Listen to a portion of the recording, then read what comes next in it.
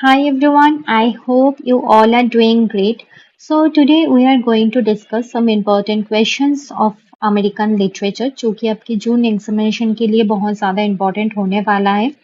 I hope आप सब लोगों की प्रिपरेशन बहुत ही अच्छे से चल रहा है। अगर आपने अभी तक गेस्ट पेपर परचेस नहीं किया है तो डिस्क्रिप्शन बॉक्स में हमारे वेबसाइट shop.hindustan.com का लिंक मिल जाएगा। उस पर क्लिक करके आप गेस्ट पेपर परचेस कर सकते हो।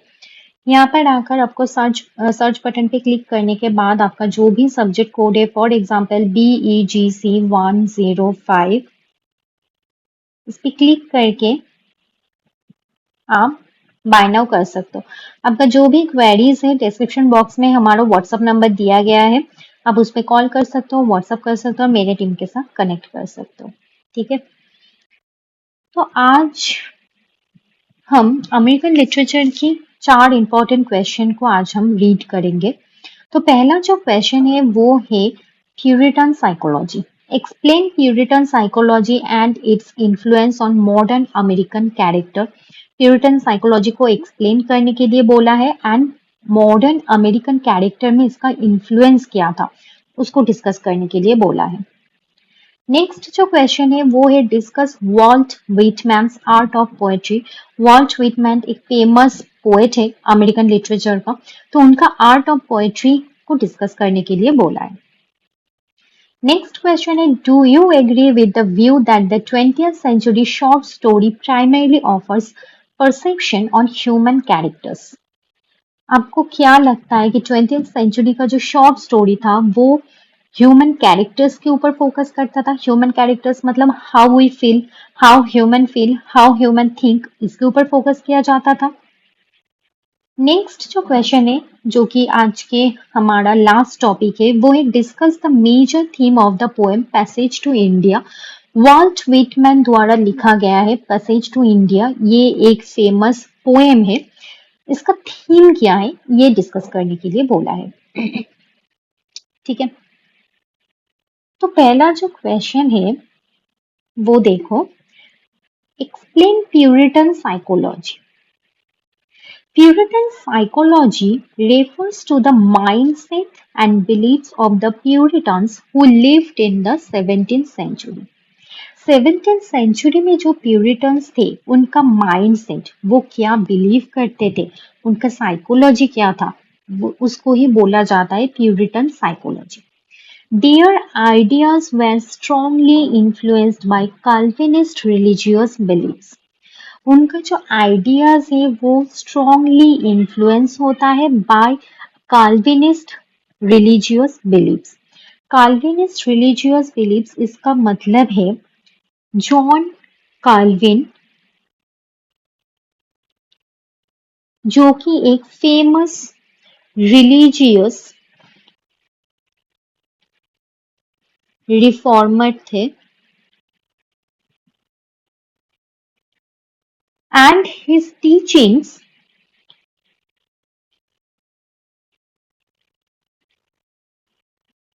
teachings are known as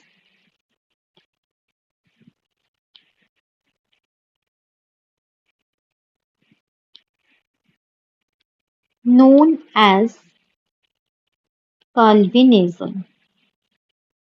ठीक है, उनका जो टीचिंग्स था उसको ही काल्विनिज्म बोला जाता है। तो उनका जो रिलीजियस बिलीफ था उसके द्वारा ही इन्फ्लुएंस हुआ प्यूरिटन साइकोलॉजी। प्यूरिटन्स को ये लगता था कि life should be guided by strict moral rules, hard work and devotion to God. Life में स्ट्रिक्ट मोरल रूल्स को फॉलो करना है, हार्ड वर्क करना है एंड गॉड के लिए डिवोटेड होना है। Their attitudes and values later became an important part of the cultural and social character of modern America. Modern America का एक इम्पॉर्टेंट पार्ट बन गया उन लोगों का, प्यूरिटन्स का attitudes and values. Puritan psychology का कुछ फीचर्स है, उसमें से पहला जो फीचर है कि वो लोग प्री डेस्टिनेशन के ऊपर बिलीव करते। प्री डेस्टिनेशन मतलब कि God has already decided what will happen in future. God ने already decide कर लिया है। One of the most important Puritan beliefs was predestination. They believed that God had already decided who would be saved and who would not. उनको ये लगता है कि God ने ऑलरेडी डिसाइड कर लिया है कि किसको बचाना है और किसको नहीं. Because of this belief, Puritans constantly examined their behavior and thoughts to find signs that they were among the chosen people. इस वजह से इस बिलीफ की वजह से प्यूरिटन्स कॉन्स्टेंटली एग्जामिन करते थे उनके बिहेवियर को, उनके थॉट्स को. They were trying to find out that if they were among the chosen people और नॉट. गॉड ने उनको चूज किया है या नहीं, गॉड उनको सेव करेंगे या नहीं, वो हमेशा कॉन्स्टेंटली एग्जामिन करते थे उनके बिहेवियर को. This created a habit of deep self-reflection and seriousness in their lives and इस वजह से एक गहरा सेल्फ रिफ्लेक्शन एंड उनके लाइफ में एक सीरियसनेस क्रिएट हुआ. नेक्स्ट है कवेनेंट विथ गॉड. कवेनेंट का मतलब है अ स्पेशल प्रॉमिस. गॉड के साथ एक स्पेशल प्रॉमिस. प्यूरिटन्स को ये लगता था कि they had a special agreement और कवेनेंट विद गॉड. उनको लगता था कि गॉड के साथ उनका एक स्पेशल एग्रीमेंट या फिर स्पेशल एक प्रॉमिस है. They thought they were chosen to build a perfect Christian society. उन्हें ये लगता था कि उनको चूज किया गया है कि तुम लोग एक परफेक्ट क्रिश्चियन सोसाइटी बिल्ड करो. They wanted their community to be a model for the rest of the world. वो लोग ये चाहते थे कि वो पूरे दुनिया के लिए एक रोल मॉडल बने, उनके कम्युनिटी एक मॉडल बने. This idea was often described as creating a city upon a hill. City upon a hill, इसका मतलब क्या है? इस आइडिया को ही डिस्क्राइब किया जाता है city upon a hill. City upon a hill इसका मतलब है कि a city that is a model for others. A city which is model for others. ठीक है.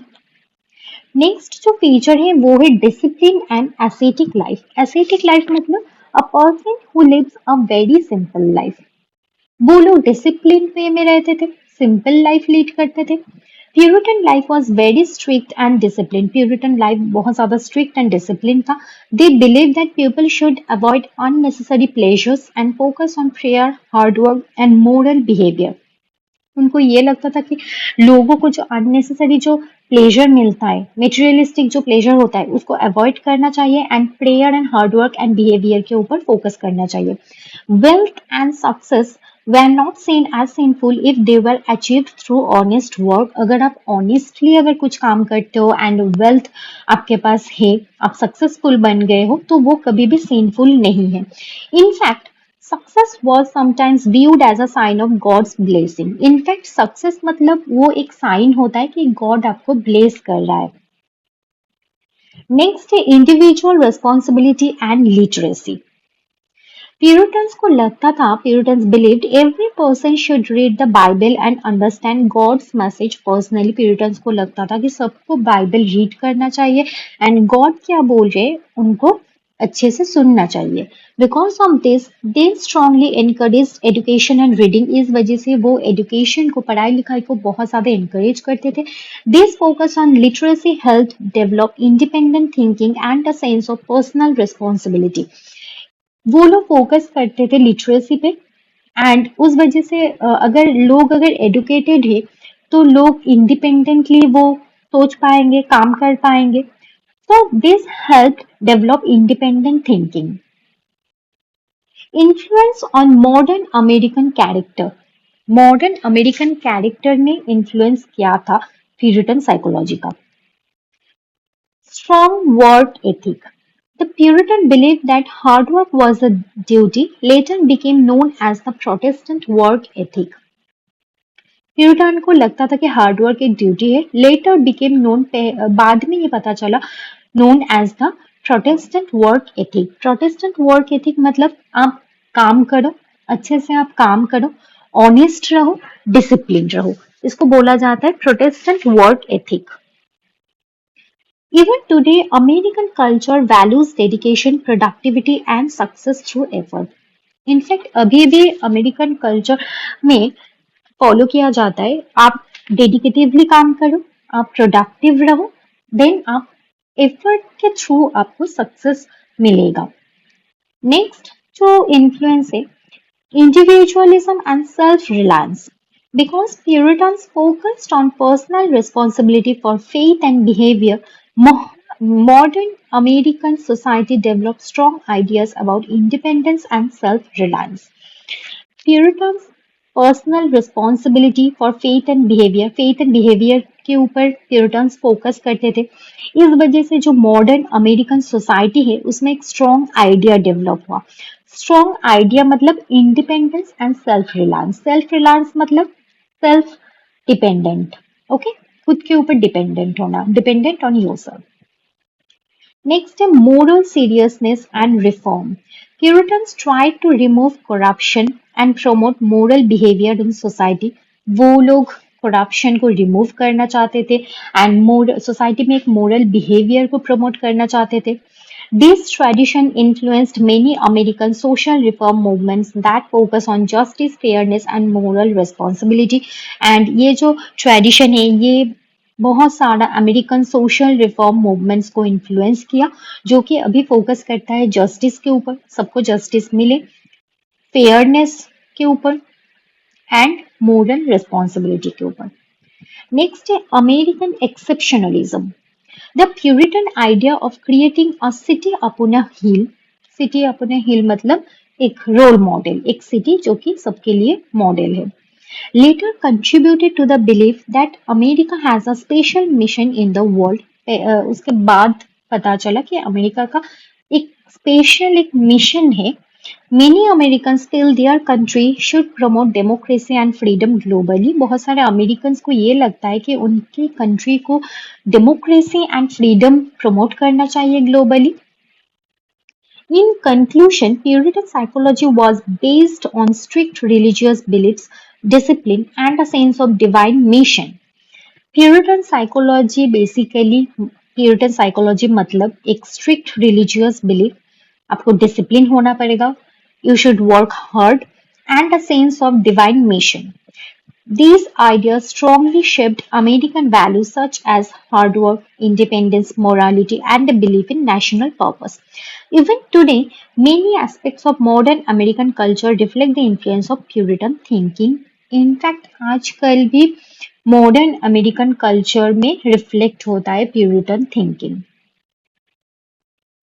Okay, so let's dive into our next question, which is discuss Walt Whitman's art of poetry. Walt Whitman एक famous poet है American literature में। उनको बोला जाता है father of free verse because he changed the traditional style of poetry and created a new modern way of writing poems. पहले जो traditional style जो पोएट्री में फॉलो होता था उन्होंने उसको चेंज किया एंड एक modern way of writing poems को क्रिएट किया। एक नया एक तरीका, पोएम लिखने का एक नया तरीका उन्होंने क्रिएट किया। His poetry reflects the spirit of democracy, individuality, nature and human life. उनके पोएट्री में आपको democracy, individuality, nature and human life देखने को मिलेगा। His most famous work, Leaves of Grass, shows his unique poetic style and his vision of America. उनका एक famous work है जिसका नाम है Leaves of Grass. उनका यूनिक पोएटिक स्टाइल उसमें दिखाया जाता है एंड वो अमेरिका के लिए क्या सोचते हैं, हिज विजन ऑफ अमेरिका उसमें दिखाया जाता है। एक ये एक फीचर है, फर्स्ट जो फीचर है वो है यूज ऑफ फ्री वर्स। ठीक है, one of the most important features of Whitman's poetry is free verse. ठीक है, unlike traditional poetry he did not follow strict rules of rhythm or meter. जैसे कि ट्रेडिशनल पोएट्री में एक strict rules, एक strict rhythm follow होता है, लेकिन उन्होंने जो मॉडर्न वे जो उन्होंने ढूंढ निकाला उसमें वो स्ट्रिक्ट रिदम को फॉलो नहीं करते थे।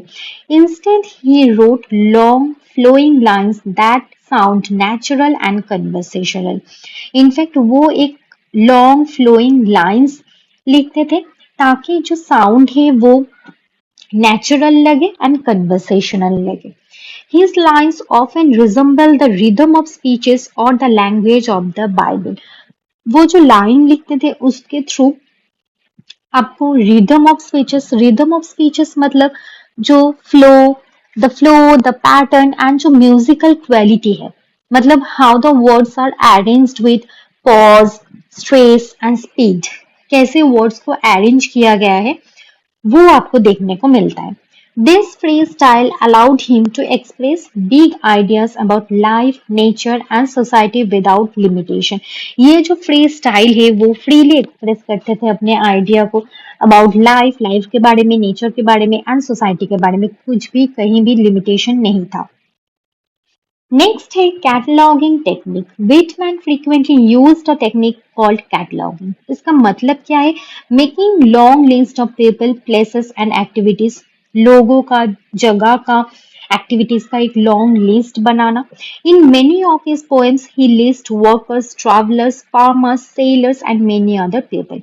उनके बहुत सारे poems को हमें एक long list देखने को मिलता है of workers, travelers, farmers, sailors and बहुत सारे लोगों का. These lists show the diversity of American life and suggest that every person is important. इस लिस्ट की वजह से हमें पता चलता है कि अमेरिका एक डाइवर्स कंट्री है एंड वहां पर सब लोग इक्वली इम्पोर्टेंट है. Through this method, Whitman presents a wide and inclusive picture of society. इस मेथड के थ्रू विटमैन ने एक इंक्लूसिव सोसाइटी का एक इंक्लूसिव एंड वाइड पिक्चर को रिप्रेजेंट किया है. नेक्स्ट है democratic spirit. Whitman's poetry strongly reflects the democratic spirit of America. Whitman का जो पोएट्री है वो रिफ्लेक्ट करता है अमेरिका का जो डेमोक्रेटिक स्पिरिट है. डेमोक्रेटिक स्पिरिट मतलब अमेरिका में एक सिस्टम जो है वेयर पीपल हैव पावर, लोगों के पास पावर है, लोगों के पास फ्रीडम ऑफ स्पीच है, लोगों के पास इक्वल राइट्स है, उसको बोला जाता है democratic spirit. He believed that poetry should represent ordinary people, not just kings or heroes. उनको ये लगता है कि पोएट्री में ऑर्डिनरी लोग होना चाहिए, सिर्फ किंग्स और हीरोज नहीं होना चाहिए. Therefore, he used simple language, everyday expression and even slang. इस वजह से वो सिंपल लैंग्वेज का यूज करते थे, everyday expression and even slang का भी वो यूज करते थे. His poems celebrate workers, farmers and common citizens. उनके पोएम में workers, farmers and common citizens को दिखाया जाता है. By doing this, Whitman made poetry more accessible and connected it with the life of the nation. Next है the universal I. Universal I का मतलब क्या है देख लो.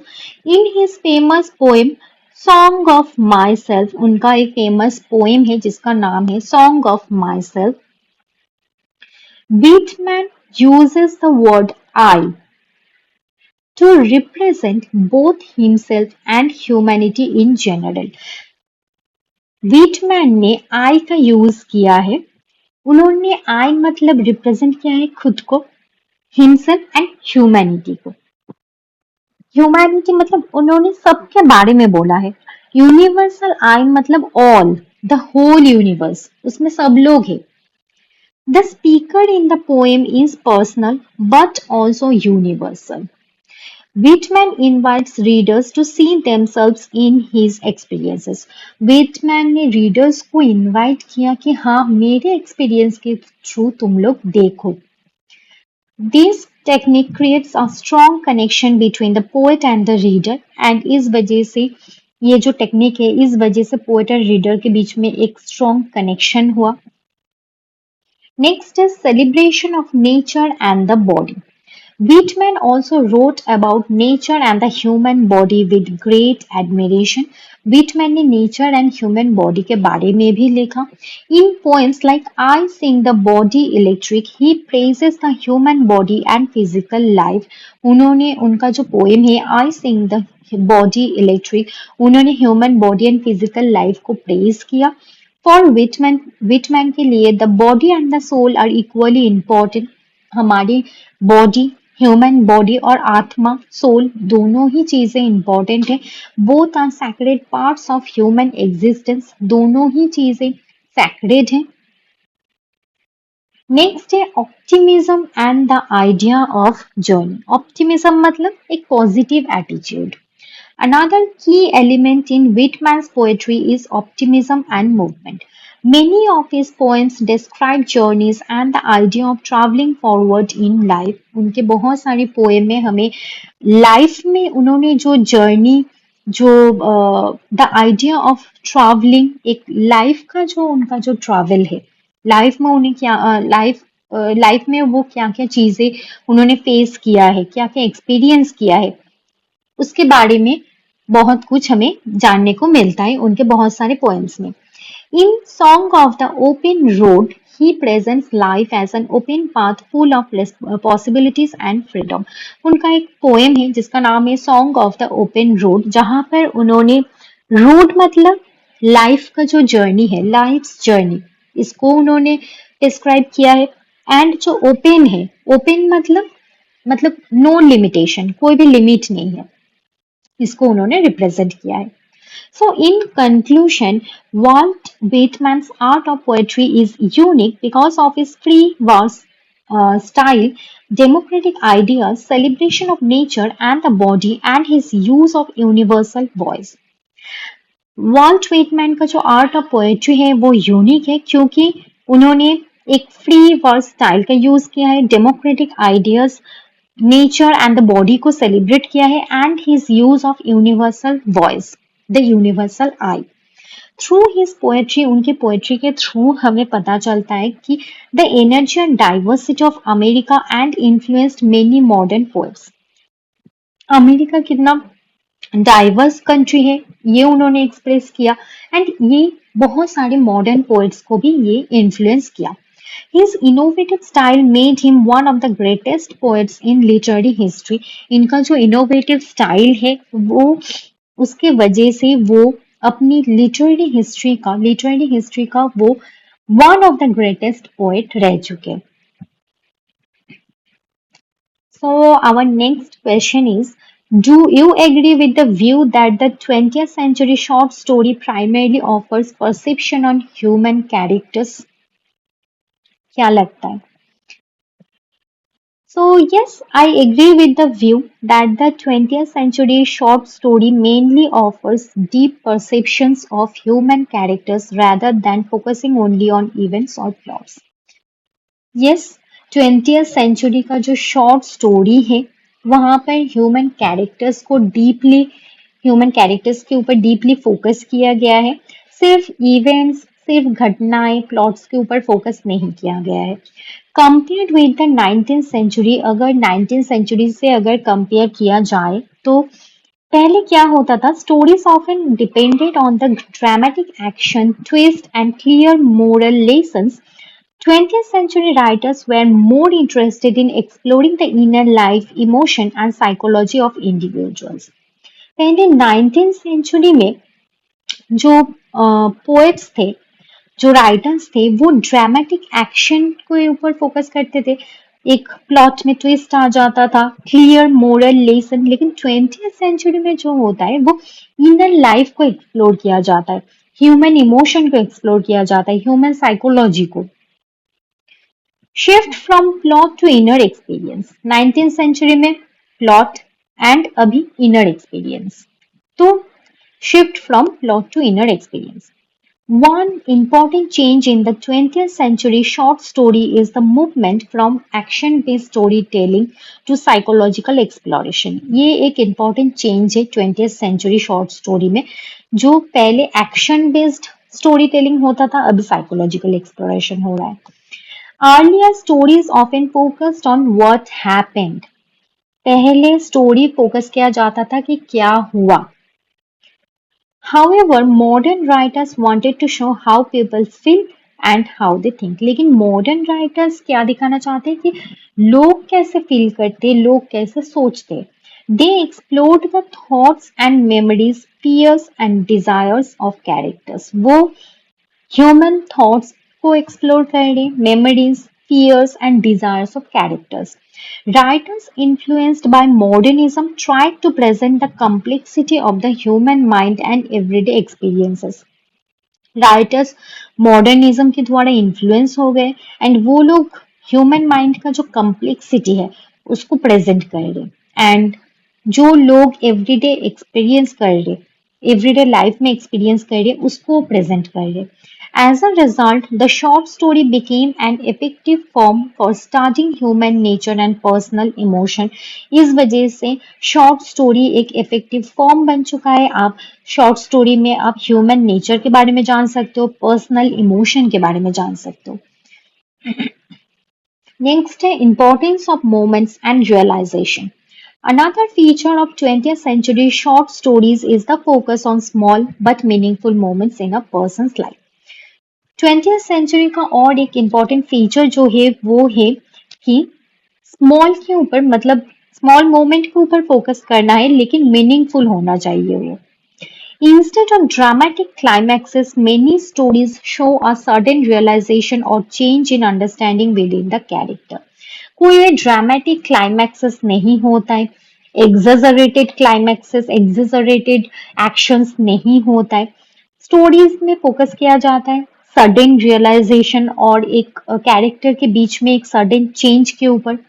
This moment helps readers understand the characters feelings और struggle. इस वजह से रीडर को भी समझ में आता है कि कैरेक्टर क्या फील कर रहे, क्या स्ट्रगल कर रहे। फॉर एग्जाम्पल जैसे कि कैथरीन मैन्सफील्ड का एक शॉर्ट स्टोरी है जिसका नाम है miss Brill. The story mainly describes the thoughts of a lonely woman sitting in a park.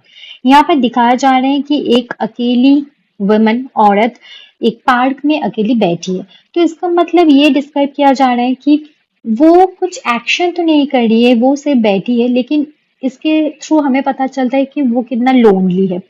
उसका लोनलीनेस, वो क्या सोच रही है, इसके बारे में हमें पता चलता है। The story has very little action.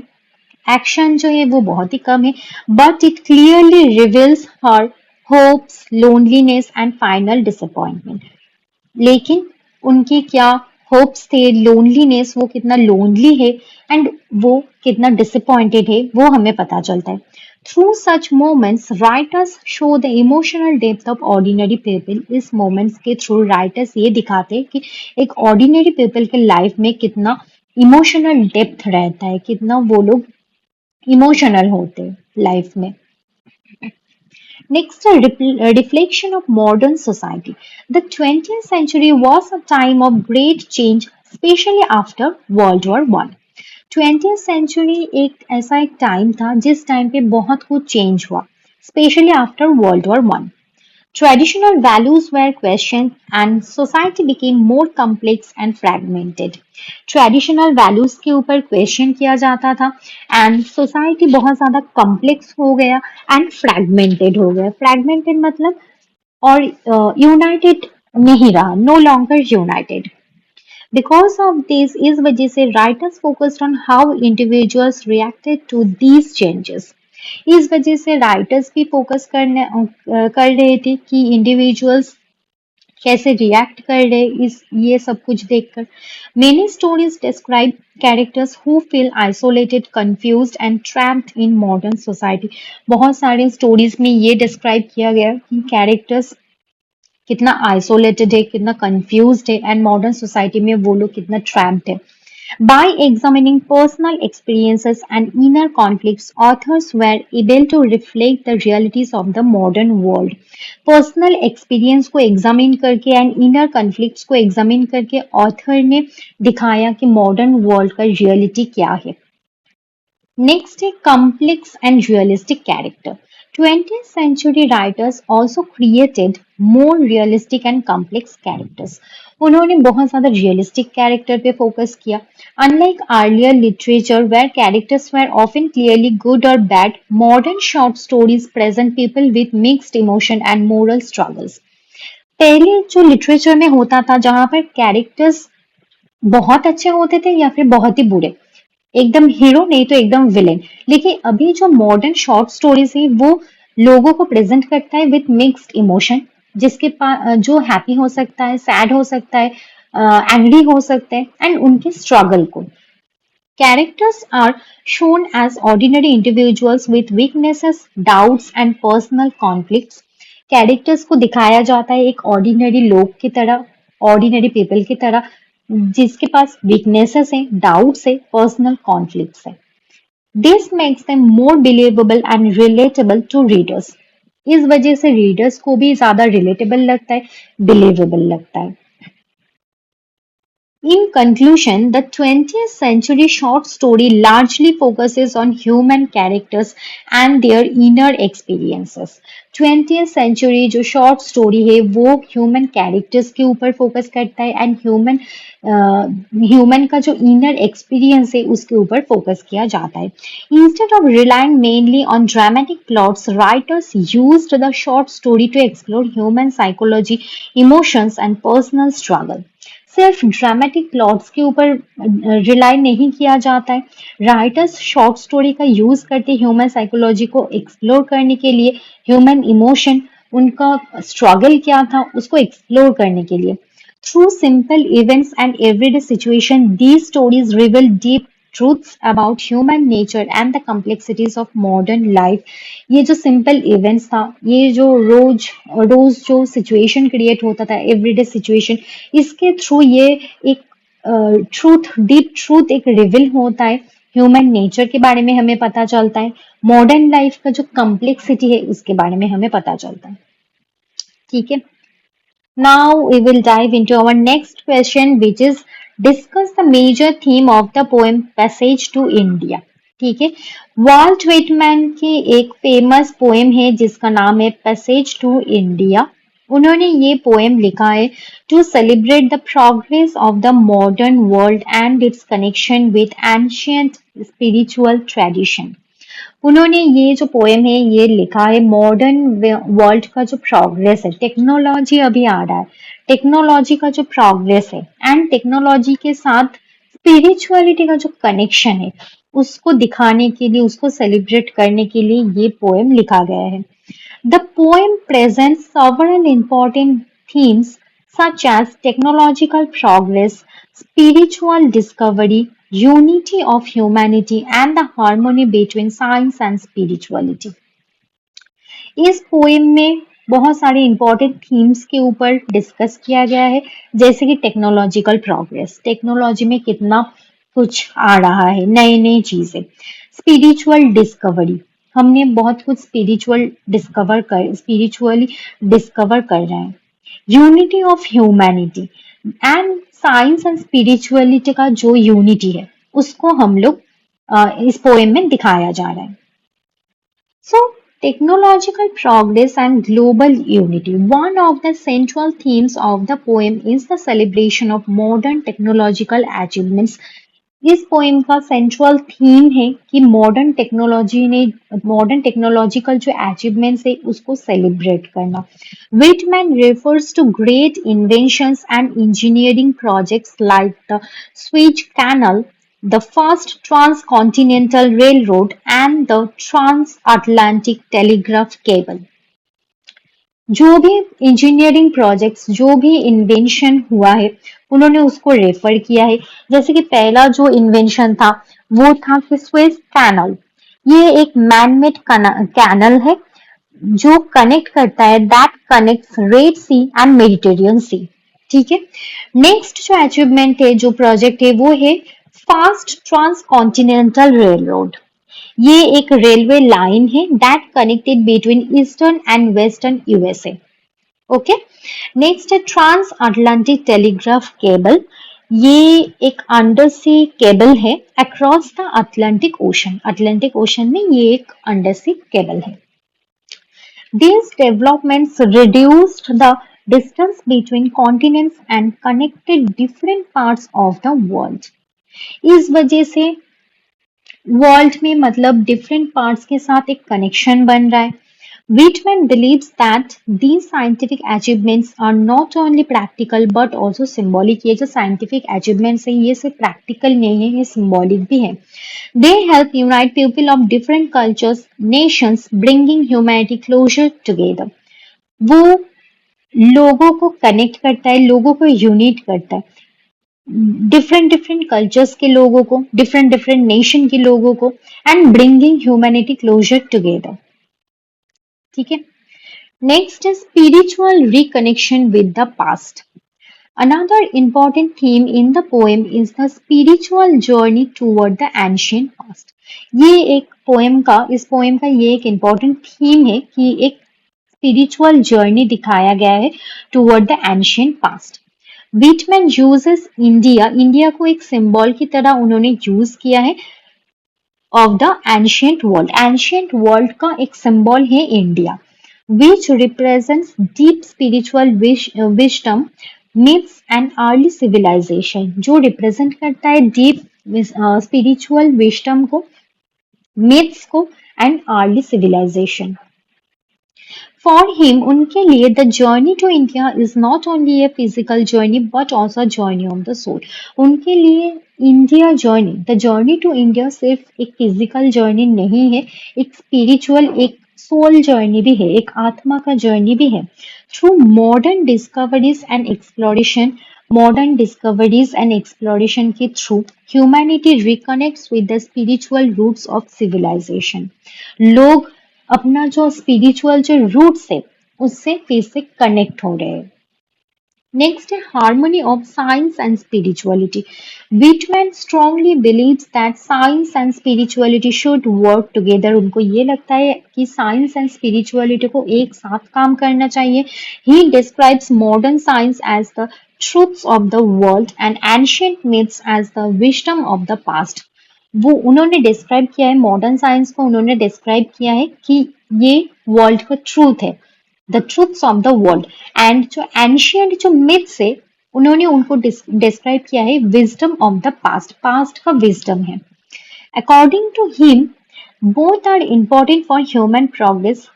Human के लिए ये दोनों ही चीजें बहुत ज्यादा इंपॉर्टेंट है. The poem suggest that technological advancement should not destroy spiritual values. Poem में हमें ये पता चलता है कि टेक्नोलॉजिकल जितना भी एडवांसमेंट हो जाए, टेक्नोलॉजिकल जितना भी इम्प्रूवमेंट हो जाए, लेकिन फिर भी स्पिरिचुअल वैल्यूज को डिस्ट्रॉय नहीं करना चाहिए. Instead scientific discoveries should help people understand the universe more deeply and bring them closer to spiritual awareness. ये जो साइंटिफिक जो डिस्कवरीज हो रहा है ये लोगों को हेल्प कर रहा है कि वो अच्छे से यूनिवर्स को समझे और भी डीपली वो समझे. Next, exploration as a universal journey. The poem also presents exploration as an exciting and meaningful adventure. Poem में एक्सप्लोरेशन को प्रेजेंट किया गया है as an exciting and meaningful adventure. Whitman encourages the human soul to explore beyond known boundaries.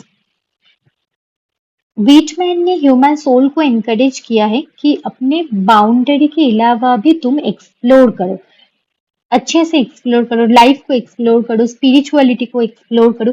For him explorers, scientists, and poets all play an important role in expanding human knowledge. Human knowledge को expand करने के लिए explorer, scientist, poet सब लोग बहुत ज्यादा important है. Exploration becomes a symbol of humanity's desire to discover both the outer world and the inner self. Exploration एक सिंबल है ऑफ ह्यूमैनिटीज डिजायर, ताकि outer world and inner self, अंदर में क्या है मतलब इनर सोल में क्या है एंड बाहर क्या चल रहा है, उसको एक साथ हम लोग कनेक्ट कर पाए, डिस्कवर कर पाए. Conclusion, Passage to India is an optimistic poem that celebrates the union of technology, nature and spirituality. ये एक optimistic एक poem है जो टेक्नोलॉजी, नेचर एंड स्पिरिचुअलिटी को एक स्पिरिचुअलिटी का एक यूनियन दिखाया है. ठीक है. Whitman shows that modern scientific progress can help reconnect humanity with its ancient roots and spiritual heritage. Whitman ये दिखाया कि मॉडर्न जो साइंटिफिक जो प्रोग्रेस है इससे लोग जो है, ह्यूमन जो है, वो अपने रूट्स के साथ, स्पिरिचुअलिटी के साथ वो लोग कनेक्ट हो पाएंगे. थ्रू दिस पोएम, इस पोएम के थ्रू ही expresses hope for a future where all nations and cultures are united in a shared journey of discovery and understanding. इस पोएम के थ्रू उन्होंने एक्सप्रेस किया है कि उन्हें होप है कि फ्यूचर में सारे नेशन, सारे कल्चर, सब कुछ यूनाइटेड हो जाएगा. ठीक है। And in a shared journey of discovery सब लोग मिलके डिस्कवर करेंगे, अंडरस्टैंड करेंगे चीजों को। ठीक है। So that's it for today. I hope आपको वीडियो पसंद आएगा। अगर आपको वीडियो पसंद आया है तो लाइक जरूर करना, कमेंट जरूर करना। मिलते हैं नेक्स्ट वीडियो में, तब तक के लिए बाय।